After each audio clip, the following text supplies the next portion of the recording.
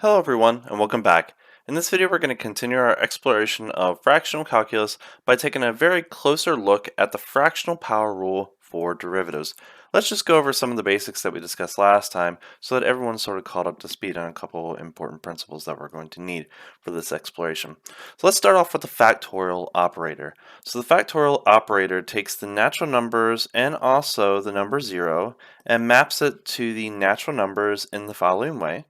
So it first off maps 0 to 1 by definition, and for all other natural numbers n, it maps it to the product from k is equal to 1 to n of the number k, where here n is a natural number.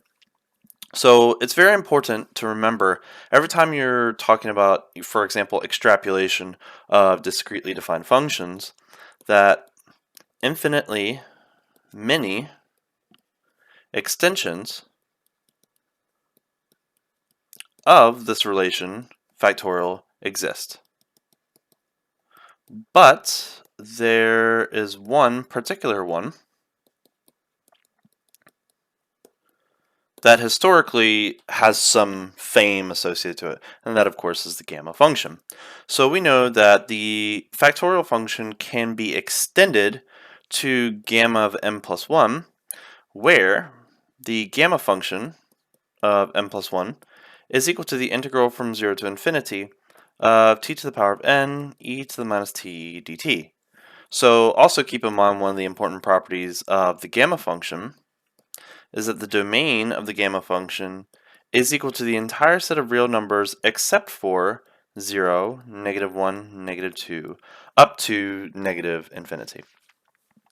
Now, in terms of closed form representations for the gamma function, for example, is there a closed form representation of gamma of 5/3, gamma of pi divided by e?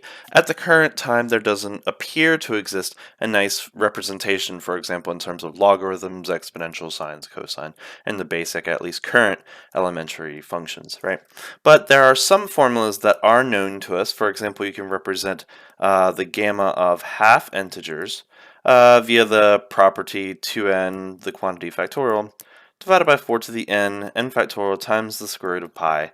And that square root of pi, of course, is generated from, for example, that two-dimensional Gaussian, which is used to prove the value of gamma of 1/2 and also gamma of 3/2 as well. So those are some of the important things that you should know about the gamma function. And also last time we discussed, for example, the Bohr-Maurer theorem, which guarantees that the gamma function is a unique extension of the factorial function as long as it has some of those properties where one of them is being logarithmically convex. Now let us turn to the primary topic of discussion today, and that is the fractional power rule. So we know that the integer power rule for derivatives, so for example, if k is a natural number, then the kth derivative with respect to x of x to the power of m is equal to n factorial divided by n minus k factorial times x to the n minus k. Here we're taking n to be a natural number in addition to k. Now if we choose, for example, if we choose m factorial to be extended to gamma of n plus 1, and remember there's infinitely many, this is just one of those extensions, and let's assume we choose that, then we can extend this integer order power rule to the generalized fractional power rule, at least one of the variations.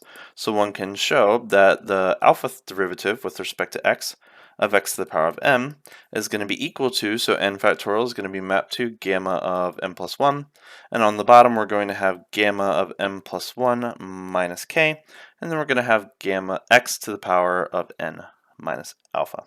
Okay, so this is what we refer to as the fractional power rule. Fractional power rule for derivatives. Now, although it does look like it's very simple in terms of its formula, and you can start plugging in numbers and getting nice little problems to use as exercise, there are actually several different important features of this particular rule that need to be examined. So let us take a look at a couple of them. So the first property of the fractional power rule that I want to sort of explore is the following. Let's start off by assuming that alpha and beta are both positive real numbers. Then is the following statement true: that is the alpha derivative with respect to x of the beta derivative with respect to x of x to the power of m, is this really equal to, question mark, the alpha plus beta derivative with respect to x of x to the power of m? We know at least for integer order derivatives that this property does hold, but does it work for the fractional derivative operator d, where d is operating on a monomial function x to the power of n, and we're extending the factorial via the gamma function? So for that particular extension, does this property hold? And indeed it does. So let's just go through a quick proof of how we would show that. Now, I cannot generalize it, at least at this particular time, for an arbitrary function f because we actually haven't defined it yet. Because as we already know, we can extend factorials to gammas, but not all functions deal with factorials, right? So extending factorial to gamma is not necessarily a general extension for operators, right? So we have to look at the general function in a little bit more detail later, but it's useful to analyze particular functions since it is a little bit more easier to understand, right? Because we know a lot about polynomials already, okay? So let's look at the alpha derivative of the beta derivative of x to the power of m and see what we have. So let's start off with the interior result.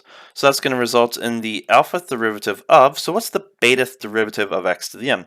So we've already shown, at least by definition, that that's going to be equal to gamma of m plus 1, all divided by gamma of m plus 1 minus beta of x to the power of n minus beta. Okay, so since this is a derivative with respect to x, this term right here is just a constant, and one can show that you can easily factor it out. So that's going to be equal to gamma of m plus 1 divided by gamma of m plus 1 minus beta times the alpha derivative with respect to x of x to some power.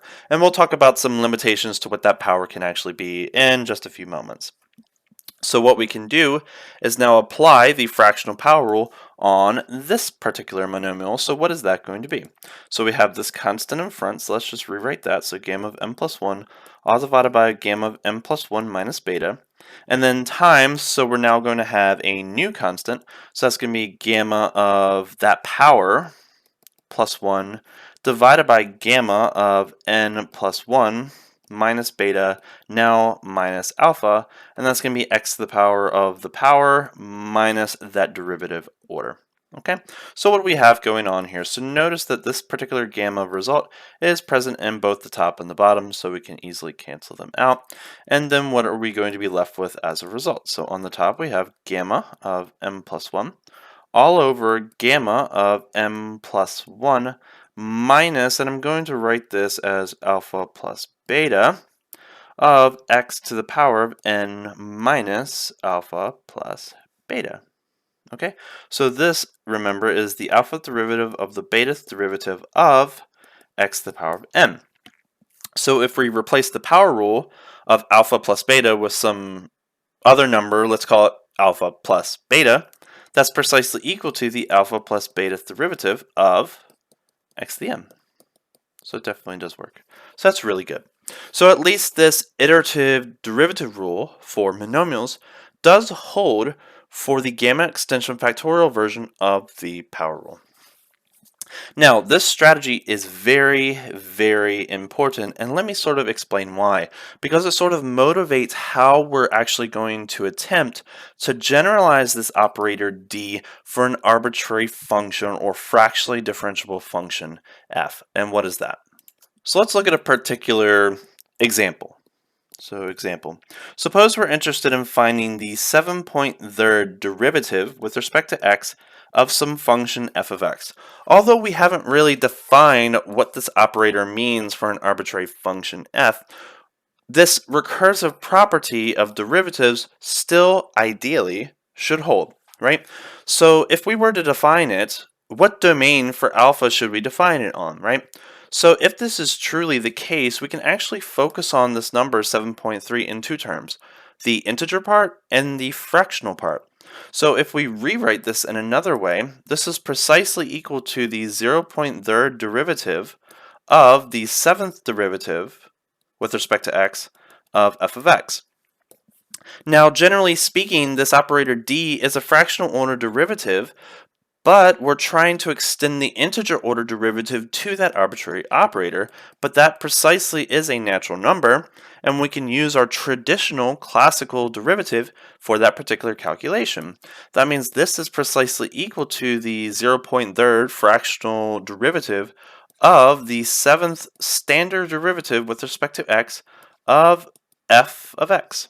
Right? So this is already defined, therefore the only thing that we need to do is to define what this term means in terms of that particular order, right? So let's just sort of outline what we're looking at here. So this is the standard integer order derivative, and this right here is the fractional. This is the fractional order derivative. And in particular, these are operators. Okay? So what do you notice? So what powers of alpha do I actually really need to define d on? So if you sort of look at this property, we can obtain the following very important property. So therefore, we only need, or we only really need, to define d alpha of some function for alpha values in between 0 and 1, non-inclusive of the boundaries. So that is a very important observation that we need to make before we start to actually consider how we're actually going to define d to the order alpha in a very proper way. So now let us look at a couple small nuances that are associated to the factorial extended to gamma version of this power rule that we really need to think about before we start generalizing this operator to other functions. Now, suppose that we are interested in finding an arbitrary formula for the alpha derivative of f of x is equal to x squared. So using this generated fractional power rule that we've derived or proposed, what would the formula be for that? So the alpha derivative of x squared via this fractional power rule that we've derived is going to be equal to gamma of n plus 1 divided by gamma of m plus 1 minus alpha to the power of x to the n minus alpha. So let's just clean that up a bit. So gamma of 2 plus 1, that's going to be equal to gamma of 3, which we know is going to be equal to 2 factorial, which is going to be equal to 2. That's just 3. That alpha is arbitrary, so we can't really do anything, at least at this moment, for that.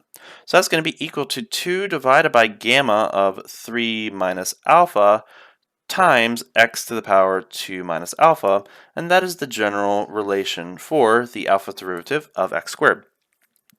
Now let's sort of think about the domain of gamma. So remember, what values of alpha is this actually properly defined? And let's of course assume that alpha is greater than or equal to 0, for example. So if alpha is equal to 0, that's just gamma 3, no problem. If alpha is equal to 1, that's gamma 2. If alpha equals 2, that's gamma 1. And if alpha equals gamma 3, that's 0. And that's the very first point on the right-hand side of the boundary for which is not defined. Right? So alpha can only belong to the open interval 0 to 3. Now, why do I include an open boundary on 0? Because if it's the 0th derivative, it shouldn't be doing anything to it, right? Because if alpha is equal to 0, gamma 3 is equal to 2 factorial, which is 2, that is equal to 1, and x squared minus 2, 0, that's just going to be x squared, so you just get the original function back again. So doing an open boundary is just in terms of practicality of why we really don't care about the 0th derivative of a function for this fractional order notation. Now do note, let's assume that we actually want to explore what happens when alpha is actually bigger than 3. For example, if you take the 50th derivative of x squared or the 50.2nd derivative of x squared, what's going to happen? So if you want to explore that, you may need a little bit of algebraic artillery, and this is one of the things you may need, is that 1 divided by gamma of 0 is the same thing as 1 divided by gamma of negative 1. That's also equal to 1 divided by gamma minus n. All of these are equal to 0 as long as n is a natural number. So remember, the gamma function actually is going to have a vertical asymptote at each of the negative integers and 0. So once you reciprocate that, you should get 0. Okay? So just keep that in mind in case you want to explore, for example, negative values of alpha. And that's a pretty interesting exploration that we'll definitely get into later.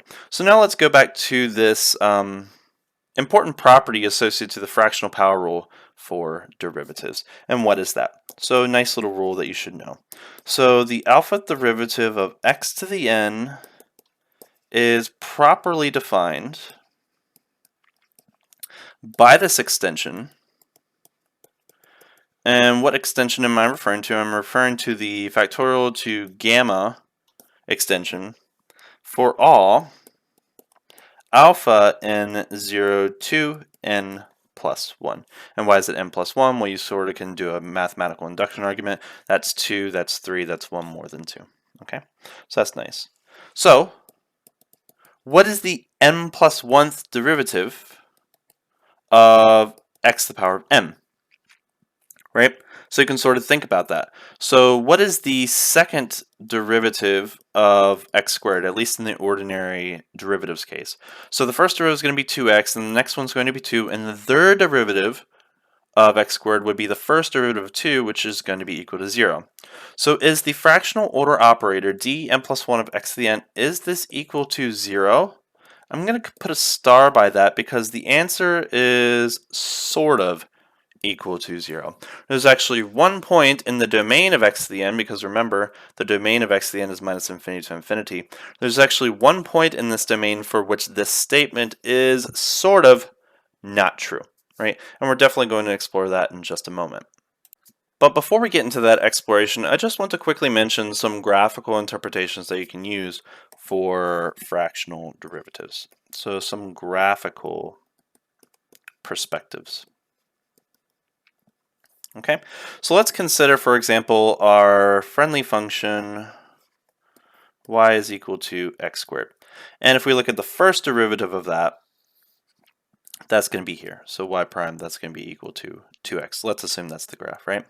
So if this is the 0th derivative, and this is the first derivative, where would the half derivative of x squared be located? So you can actually use this extended power rule and notice that that curve should be somewhere in there. It should be closer to the origin, shouldn't be that far off. It should look something like that. So for example, that could be, say alpha is equal to 1/3, so the third derivative of x squared. And there probably is another function in here somewhere as well. Let's call it that. That might be the 2/3 derivative of that function. So what is actually going on here? So the intermediate derivatives from alpha equals 0 to alpha is equal to 1 is sort of mapping the transformation of this parabola into that line. So it's sort of drawing out all those little stretches that's sort of going on in between those integer order derivatives, and it's sort of doing something similar in the middle. So if you look at, for example, the next order, right? So for example, y is equal to 2x is here. So if y is equal to 2x is there, and let's see, what is the derivative of 2x? So the first derivative of 2x, that's going to be equal to 2, right? So what is going on in between these things? So it's possible that maybe that point is a fixed point and all of these sort of lines are sort of rotating upwards, and all of these values are sort of rotating downwards, or it might be doing some other things in between. I'm not proposing that these lines are sort of linear, sort of like it's rotating, but it could be, or there could be some derivative definition that actually exhibits that type of transformation from y is equal to 2x into y prime is equal to 2. Okay? So one could note, regardless of the derivative which you were actually defining, fractional derivatives, regardless of which definition you choose, could model the change of one curve into the other, where the other is its integer order derivatives. Okay, so that's one perspective of fractional derivatives that you can sort of take away from this exploration, is that the fractional derivatives can sort of model what's going on in between, for example, the transformation from a parabola to a line to a horizontal line, and finally a horizontal line into zero. Now that we have some basic ideas of what's sort of going on of fractional orders in terms of those graphs, now let us take a very close look to the derivative of a very famous function, and that is the constant function. So what exactly will be the alpha derivative of some constant c, right? And let's assume that c is a real number except for 0. I'm going to leave out 0 just temporarily here, and eventually you might see why I want to do that. But just let's assume that, we want the alpha derivative of c. And let's assume that this operator d alpha is the same exact one that we talked about before, where we're extending factorials into gamma. And let's just sort of see what's going on there. So if we're using that, we sort of need to transform this constant c into a monomial function. So how can we easily do that? So we can actually write that as the alpha derivative of c of x to the power of 0. Now you can sort of see why I might not want to talk about x is equal to 0 here, because notice that 0 to the 0 power is not at least classically defined to be equal to a real number, because 0 to the 0 power can generate some contradictions with some of the rules, right? But if we have this particular structure, now we can treat this constant and factor it out, and then apply the fractional power rule to x to the power of 0. And what's that going to give us? So we have c times the fractional derivative of x to the power of 0, and let's assume that x is not equal to 0 because x equals 0 is bad. And if c was equal to 0, 0 times anything would be 0, so that's not very exciting, is it? So this is going to be equal to what? So that's going to be c times, so n is equal to 0 in this case. So that's going to be gamma of n plus 1 all divided by gamma of n plus 1 minus alpha of x to the power of 0 minus alpha. And keep in mind, since this is 0, alpha is only defined for 0 to 1, so it doesn't really have that much room to move, at least in the classical sense. All right. So what do we have here? So gamma of 0 plus 1, that's gamma 1. That's the same as 0 factorial, which is going to be equal to 1, right? And this is just going to be gamma of 1 plus alpha, or 1 minus alpha. So this is going to be equal to c all over gamma 1 minus alpha times x to the minus alpha, because 0 minus alpha is just negative alpha. And this is the fractional derivative of a constant.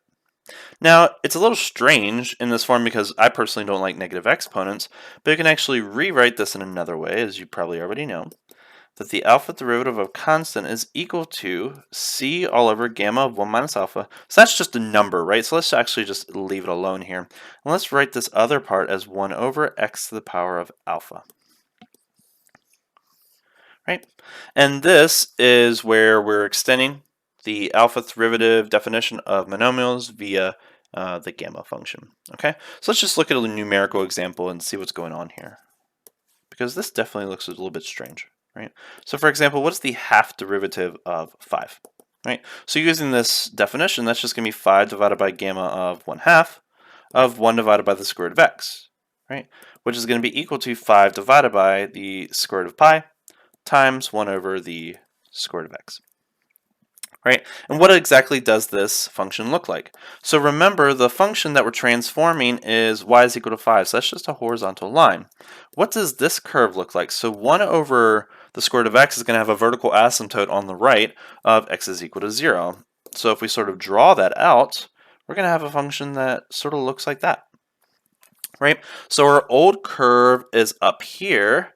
Notice that the first derivative of 5 is actually 0, right? So our goal or our target is this horizontal line on the x-axis, and we're going from green line to orange line. So notice that this red line is definitely converging to that particular orange line exactly in some way. But we have a little bit of issue here, especially with that vertical asymptote, because this part of the line is actually not getting closer to the horizontal line y is equal to 0. It's actually getting farther and farther away. Right? So let's look at that in a little bit more detail. So if we define the alpha derivative of c via gamma functions, which at least looks appropriate via the power rule perspective, then the alpha derivative of c is not a constant for alpha between 0 and 1. So what exactly is it doing as it's transferring from alpha is equal to 0 to alpha is equal to 1? What is that graphical transformation that it's performing? So let's assume that c is greater than 0 just for graphical purposes. So if y is equal to c is a positive number, that's our y is equal to c greater than 0. So one of the first transformations that it would do would be something along this line. And let's assume that the left and the right hand side are defined in the real numbers, or it's just a mirror image or a projection from the complex plane in case you are taking square roots of negative numbers, for example. Because if you look at this particular function, x cannot be a negative number, it would be an imaginary number, but it would be a mirror image of its real counterpart. So drawing this particular graph, it's sort of up to you to sort of imagine what's going on the left-hand side. Is that in the real plane, the complex plane, or a projection from somewhere else? I'll leave that for you to explore, right? So for example, that would be something like alpha is equal to 1 over 5. Let's do another transformation. So this curve should be getting closer and closer to that horizontal axis. That would be something like alpha is equal to 3 over 5. And then let's take it to the extreme now.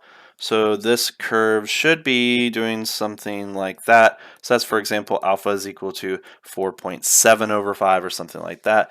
And these lines should be getting closer and closer.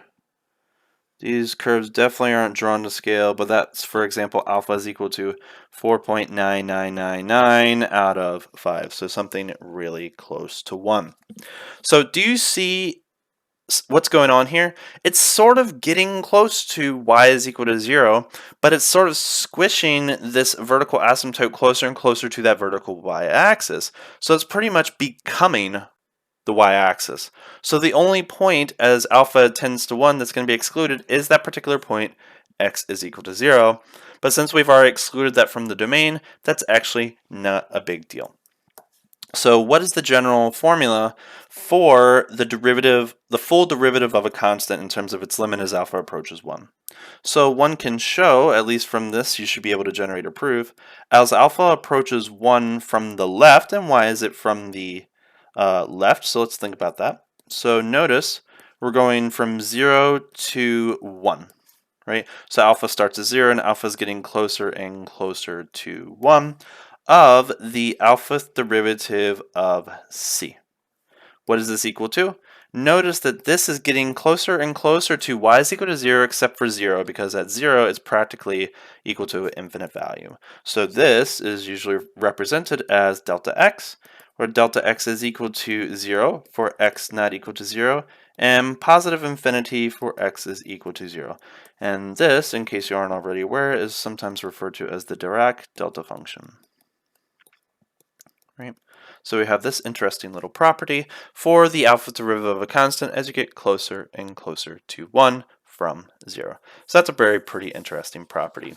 But it definitely is non-intuitive, at least if you just want to say, okay, well, the alpha derivative of a constant would be 0 because any derivative of a constant is equal to 0. According to this, not quite.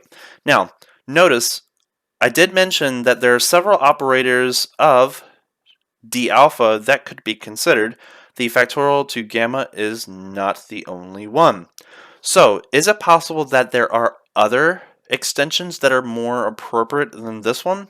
The next example that I'm going to show you is actually going to possibly enlighten you on some of the other possibilities for or existence of fractional derivative operators. So let's take a look. The function that I want to close this video with is the exponential function.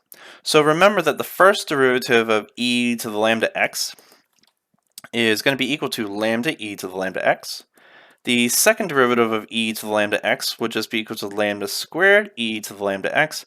So you should be able to see that we should be able to extend to the natural numbers very easily via mathematical induction of e to the lambda x being lambda to the n, e to lambda x, where n is a natural number, and let's assume that lambda is a non-zero number. So lambda assume non-equal to 0. Now, question, what if I replace n with alpha? So if I do that, the alpha derivative, and I'm going to put a big question mark on this, what would the alpha derivative or a natural candidate of it would be? So we would maybe guess that that's just going to be lambda to the power of alpha e to the lambda x. Very, very nice. Notice that we do not need the factorial to gamma extension. So it's possible this formula exists for other extensions, not just that one. But does this extension actually prove that result? Let us take a look. So what I want to do is actually define a very important perspective, and this sort of links back to that iterative derivative operator formula that I mentioned before. So let's assume that we define the floor of alpha, the order of the derivative, to be equal to m. So if that's the case, then that means alpha can be represented as n plus alpha minus m, right? So this is going to be the natural part, and this is going to be the fractional order part of alpha. Okay. Also recall a Taylor series from single variable calculus, and that's the following: of e to the lambda x. This is going to be equal to the sum from k is equal to 0 to infinity of lambda x to the power of k divided by k factorial. So let's see if we can use the gamma factorial extension, this because that's practically a power rule, and we're also going to use this because technically we only need to define the derivative operator for alpha between 0 and 1. So let's see how we can bring all these things together for a derivative rule, or maybe even prove that this derivative rule is or is not a good extension for the derivative of an exponential. All right, let's get started. So derivative of alpha to the e to the lambda x, what's that going to be equal to? So we know that that's going to be equal to d of alpha minus n of the nth derivative with respect to x of e to the lambda of x. Because we actually already know a formula for the nth derivative of e to the lambda x, and we can prove that with mathematical induction because that is a classical order derivative. So that means this is just going to be equal to the alpha minus nth fractional derivative of lambda to the power of n of e to the lambda x. Okay, so this is a derivative operator, a linear operator moreover, that's a constant, it can be factored out. So this is just going to be equal to what? So this is going to be equal to lambda to the power of n of the alpha minus n fractional derivative of e to the lambda x. All right, now I'm going to replace this with the Taylor series for which I mentioned just briefly ago. So it's going to be equal to lambda of n of the alpha minus nth fractional derivative of the sum from k is equal to 0 to infinity of lambda to the power of x to the power of k all over k factorial. Let's assume temporarily that we can exchange this infinite sum and this derivative, assuming convergence of the series and this operator sort of plays well with each other. Since we haven't formally defined it, we sort of don't even know what kind of properties we want D to have. Let's assume this operator D actually does have one of those properties. So if it does, that means this is going to be equal to lambda to the power of n of the sum from k is equal to 0 to n of the alpha minus nth derivative of this. Actually, what I'm going to do is I'm actually going to factor this k factorial out of this operator because that's just a constant, right? So I'm going to write this as 1 over k factorial of the alpha derivative minus n of, I'm going to write this as lambda to the k and x to the k, because as far as this derivative is concerned, because it's an x derivative, I can factor out that lambda k as well, and then I'm just going to have a power rule inside. So what does that give me? So this is going to give me this. So I'm going to have lambda to the power of m, the sum from k is equal to 0 to infinity. I'm going to have that lambda to the k. I'm going to extend k to the real numbers via the gamma function. So that's going to give me gamma of k plus 1. And now I'm going to look at this fractional derivative of this monomial because we have a formula for that. So that's going to be gamma of that power plus 1 all over gamma of that power plus 1 minus alpha minus n.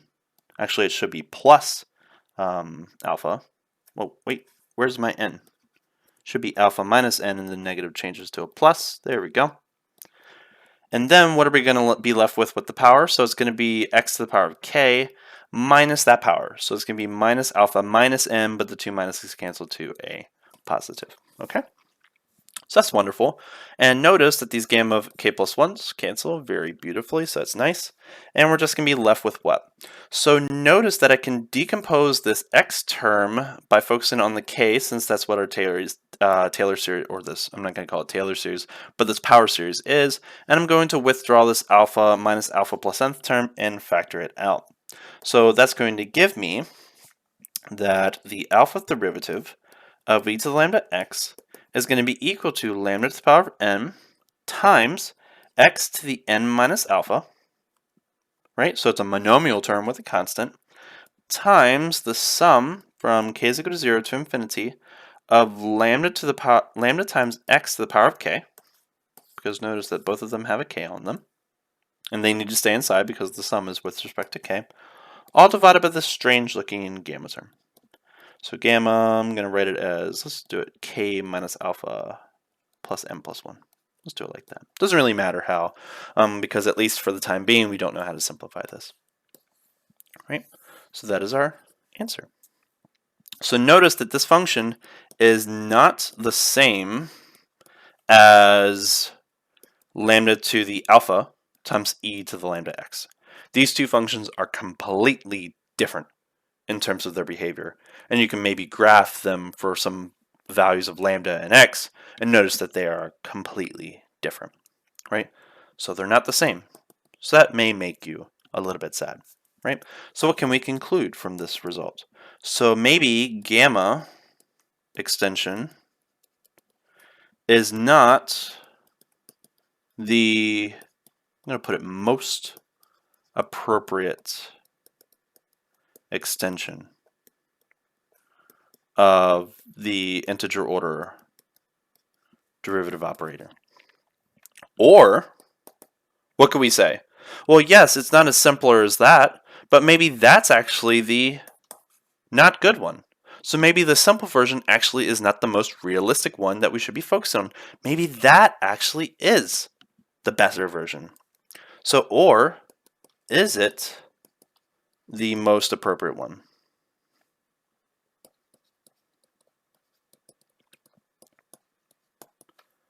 Right? Big question mark there. Because we have two candidates, at least analytically, that seem appropriate. Because we have this one, although super complicated, is based on the same exact formulas as the power rule derivation. So if you think the power rule derivation, the power rule for fractional derivatives, is the good one, then that means this has to be good as well. But if you think this is a good rule for the derivative of the exponential, that means the factorial to gamma extension version of the fractional derivative operator actually is not the best fractional power rule for fractional derivatives. So definitely that leaves you, or possibly leaves you, with several different things to think about as we continue this exploration of fractional calculus together. So I hope to see you in the next video, but until then, take care.